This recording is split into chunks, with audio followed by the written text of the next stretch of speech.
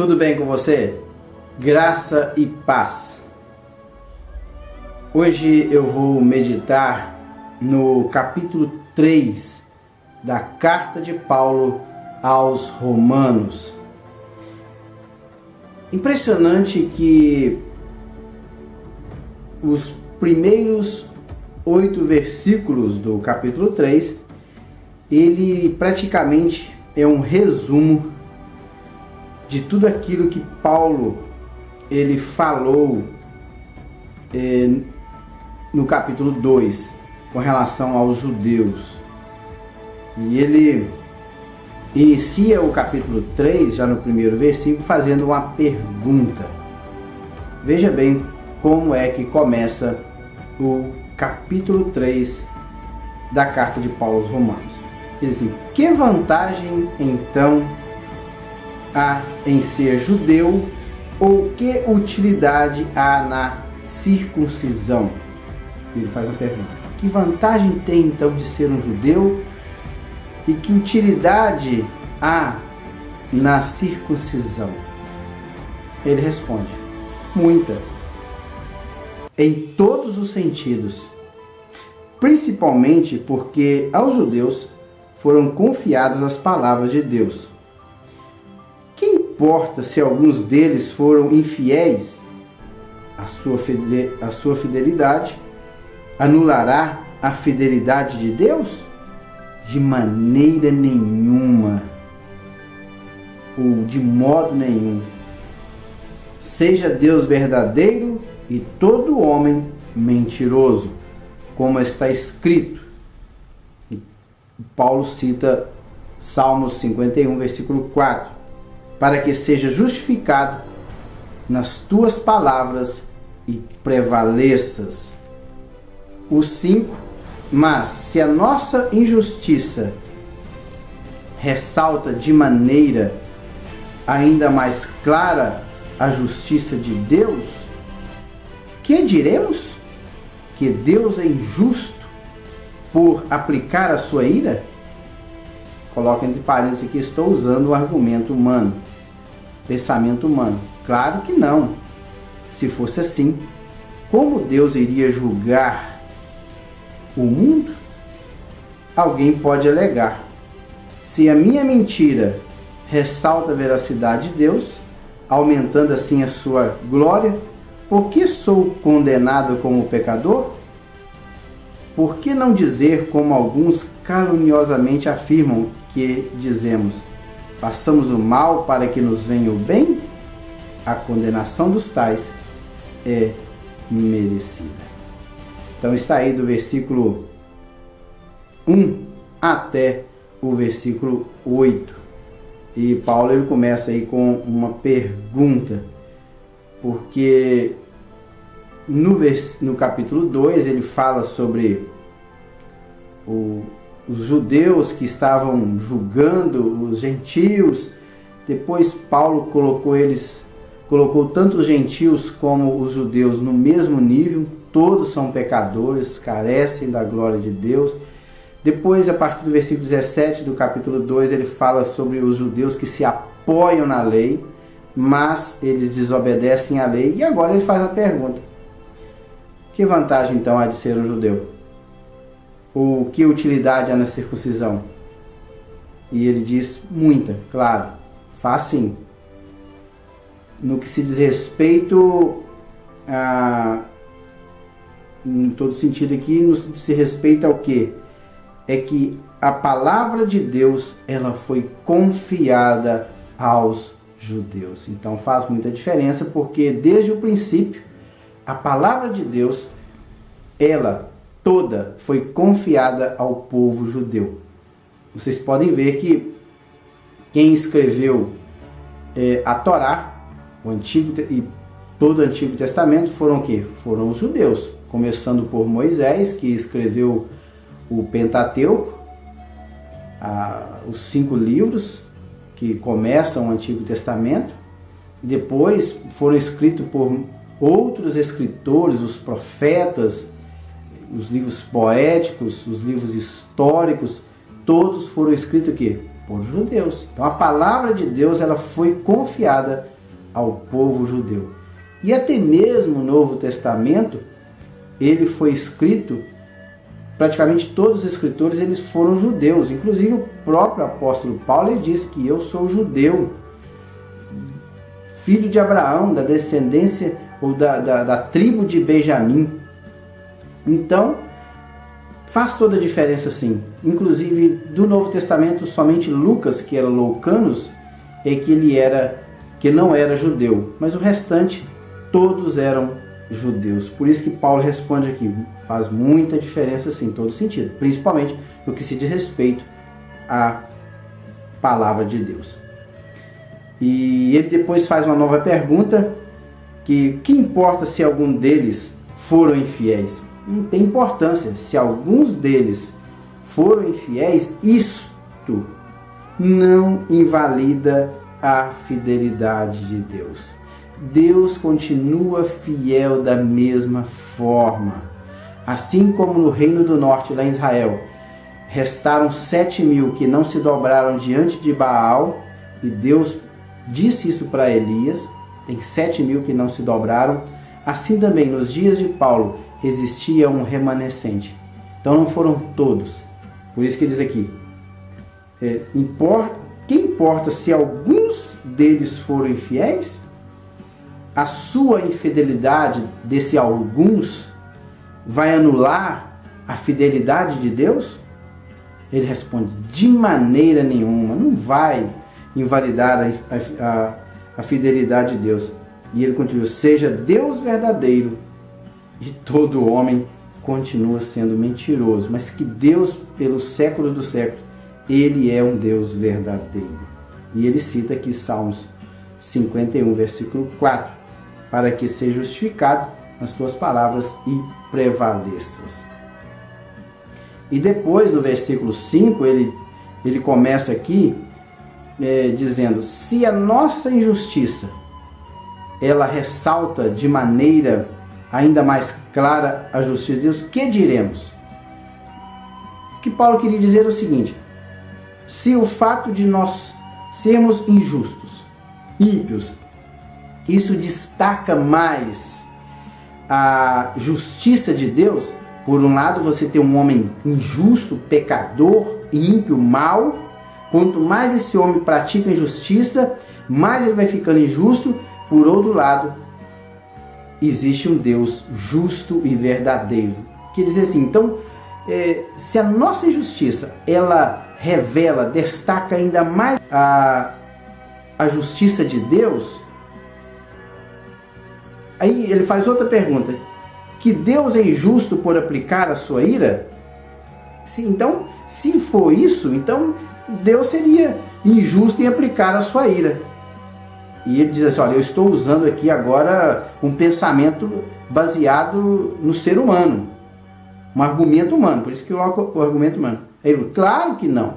Claro que ele já responde, claro que não. Se fosse assim, olha só que ele responde, se fosse assim, como Deus iria julgar o mundo? Então, como Deus, se a minha injustiça que eu pratico é para destacar um Deus justo, soberano e santo, Deus seria injusto em julgar, em aplicar a sua ira e julgar o mundo. Ele, não. E ainda ele fala assim, alguém ainda pode dizer, alguém ainda pode alegar, olha, se a minha mentira, se o fato de eu ser um mentiroso, eu destaco, eu revelo a veracidade de Deus, aumentando assim ainda mais a sua glória, por que sou condenado como pecador? Então, quer dizer, quanto mais eu pratico a mentira, mais eu revelo essa glória de Deus. E por que eu sou condenado como pecador? E ainda ele diz no versículo 8, por que não dizer como alguns caluniosamente afirmam, que dizemos, façamos o mal para que nos venha o bem? Tipo assim, então, já que o fato de eu praticar o mal, o fato que ele quis dizer nesses versículos, o fato de eu praticar o mal, falar a mentira, ser o injusto, eu revelo, eu destaco a glória de Deus, a veracidade de Deus, então façamos o mal para que nos venha o bem. Então eu devo fazer o mal para que nos venha o bem? Ele falou assim: a condenação dos tais, ela é merecida. Então o que ele está querendo dizer aqui, olha, não façamos o mal para que redunde em algum bem, pois Deus julga conforme a sua santa justiça. Isso aqui que Paulo estava querendo dizer. E no versículo 9 ele diz: então, o que nós concluiremos então? Diante de tudo que eu expus, o que eu posso concluir disso tudo? Estamos em posição de vantagem. Inclusive aqui está referindo aqui, estamos nós em posição de vantagem, quer dizer, está apontando para o povo judeu. Que ele como judeu, ele diz, estamos nós então em posição de vantagem? Quem? O povo judeu? Não. Já demonstramos, que tanto judeus como gentios estão debaixo do pecado. Como está escrito. Porque não há distinção entre judeus e gentios. Todos estão debaixo do pecado. Todos são pecadores e carecem da misericórdia e do perdão do Senhor. E ele cita aqui vários textos do Antigo Testamento, principalmente de Salmos, e também uma passagem do livro de Isaías. Ele diz assim, Salmos 14, versículo 1, ele diz assim, não há justo sequer, nenhum sequer. Não há ninguém que entenda, ninguém que busque a Deus. Todos se desviaram, tornaram-se juntamente inúteis. Não há ninguém que faça o bem. Não há um sequer. Esse salmo aqui é o Salmo de Davi.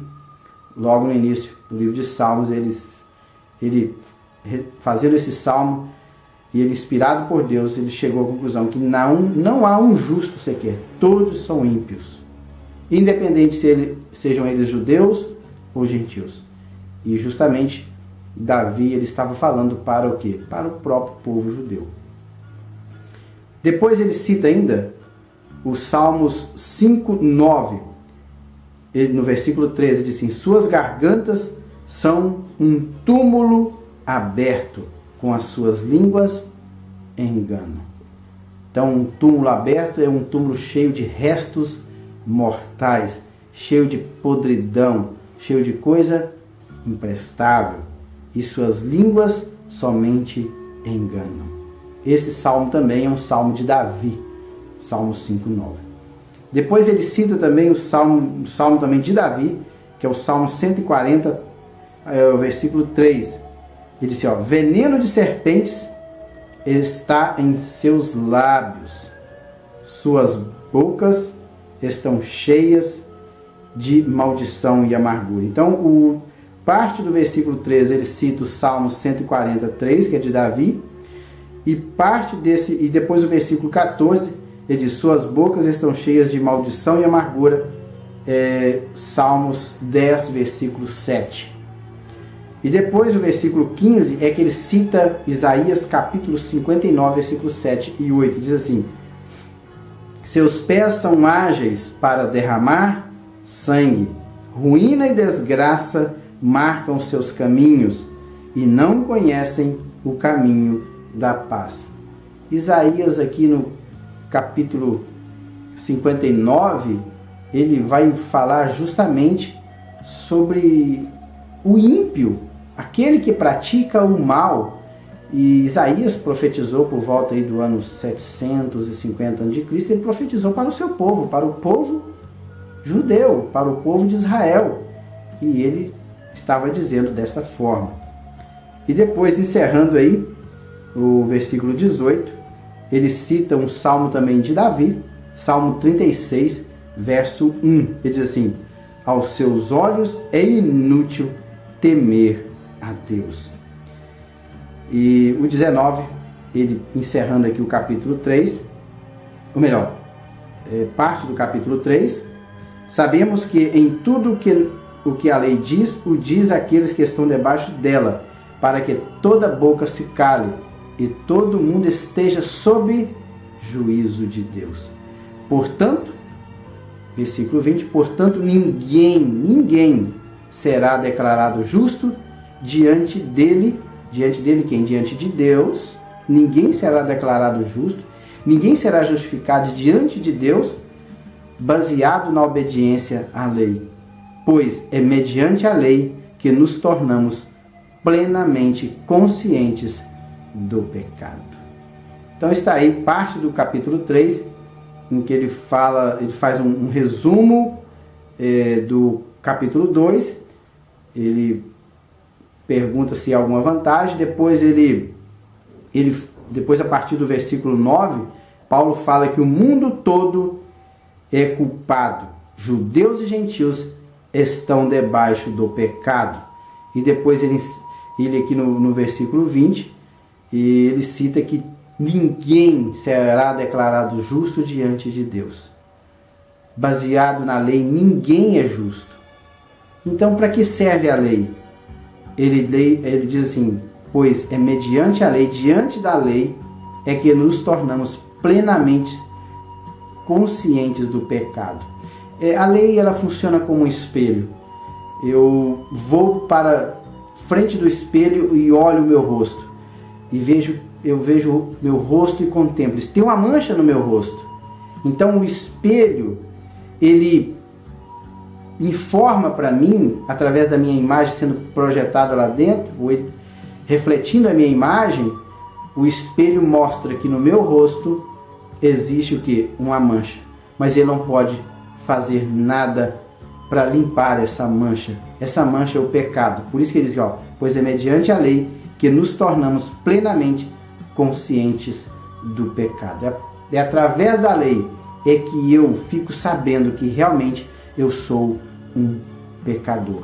E é mediante a lei que todos os homens estão debaixo do pecado, porque a lei informa para nós que somos pecadores. E pela lei ninguém será declarado justo. E no próximo vídeo, que é ainda no capítulo 3, que vai do versículo 21 até o versículo 31, são 10 versículos, e ele vai tratar justamente sobre isso aqui. A justificação, ela é somente pela fé. Fique com Deus e até lá!